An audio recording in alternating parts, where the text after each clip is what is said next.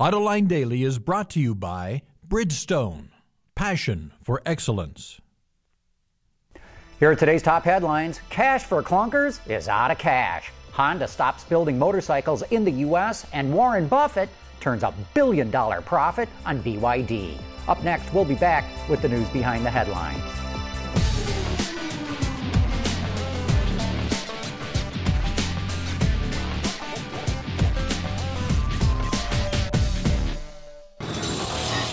This is Autoline Daily for Friday, July 31st, 2009, and now the news. No doubt you've already heard about it because it's all over the media this morning. The Cash for Clunkers program in the American market is such an overwhelming success that there's no more cash for the program. In less than 1 week, the program burned through $1 billion. They thought it would last until the end of the year. Now there's a mad scramble going on in Congress to see if they can come up with more money to continue the program. On Monday, we reported that Mark Royce would be returning from Holden in Australia to play a significant role in product development at General Motors. Little did we realize how significant. Yesterday, GM announced that Royce would become Vice President of Global Engineering, replacing Jim Queen.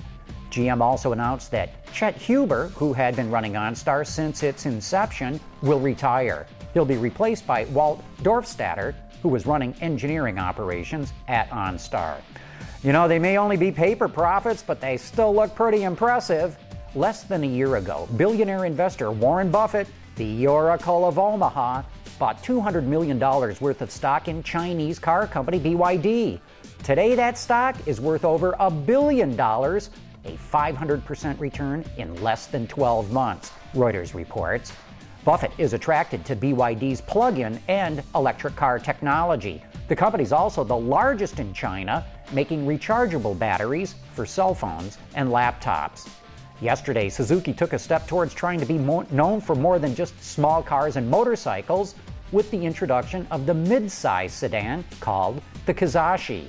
The vehicle was 100% developed by Suzuki and shares the name with the concept car from last year, but sure looks a lot more conventional than the concept did.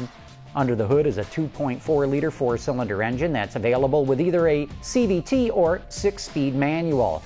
Pricing hasn't been announced yet, but look for the Kizashi to be in showrooms later this year. Could Korean-built Samsung cars be coming to the U.S.? Wards reports that members from the Penske Automotive Group visited Renault Samsung headquarters in Korea recently about importing vehicles to the U.S. Reportedly, Penske is interested in the SM3 compact sedan, but the entire lineup is under consideration. The cars are based on technology from the Renault-Nissan alliance.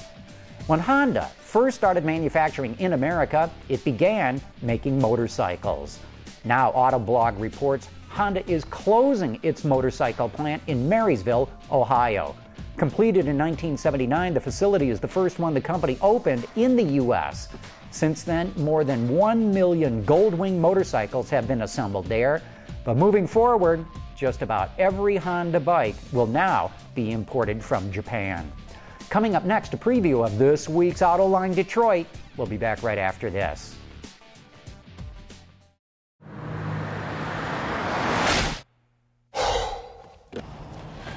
Changing tires out here could be dangerous, but with these tires, I don't need to worry.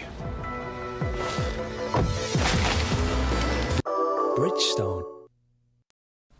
This week on Autoline, I'm joined by Dr. David Cole of the Center for Automotive Research, also with Tom Krischer from the Associated Press and Ed Lapham from Automotive News. Together, we're discussing that despite all the unemployment in the country, we're facing a shortage of skilled workers. One of the things that I personally have a great concern about is, from the U.S.'s perspective, is our ability to match up skill-wise with some of these emerging countries.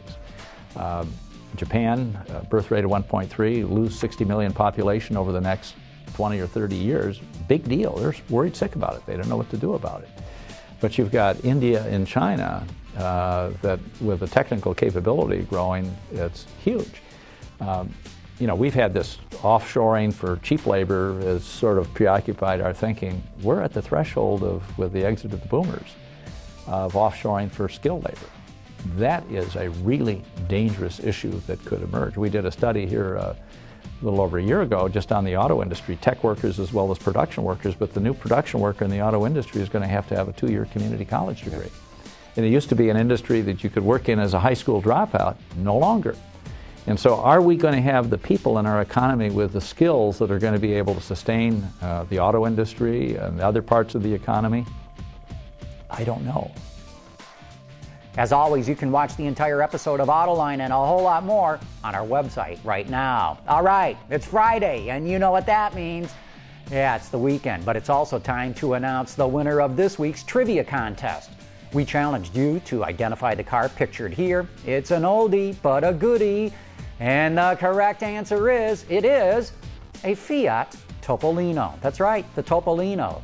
As always, we randomly selected this week's winner from the pool of correct responses. And the lucky person is Tom Layton of Eagle Point, Oregon. Congratulations, Tom. You just won an Eyes on Design poster. Anyway, that'll do it for today's show and this week's programming. Thanks for watching. We'll see you Monday.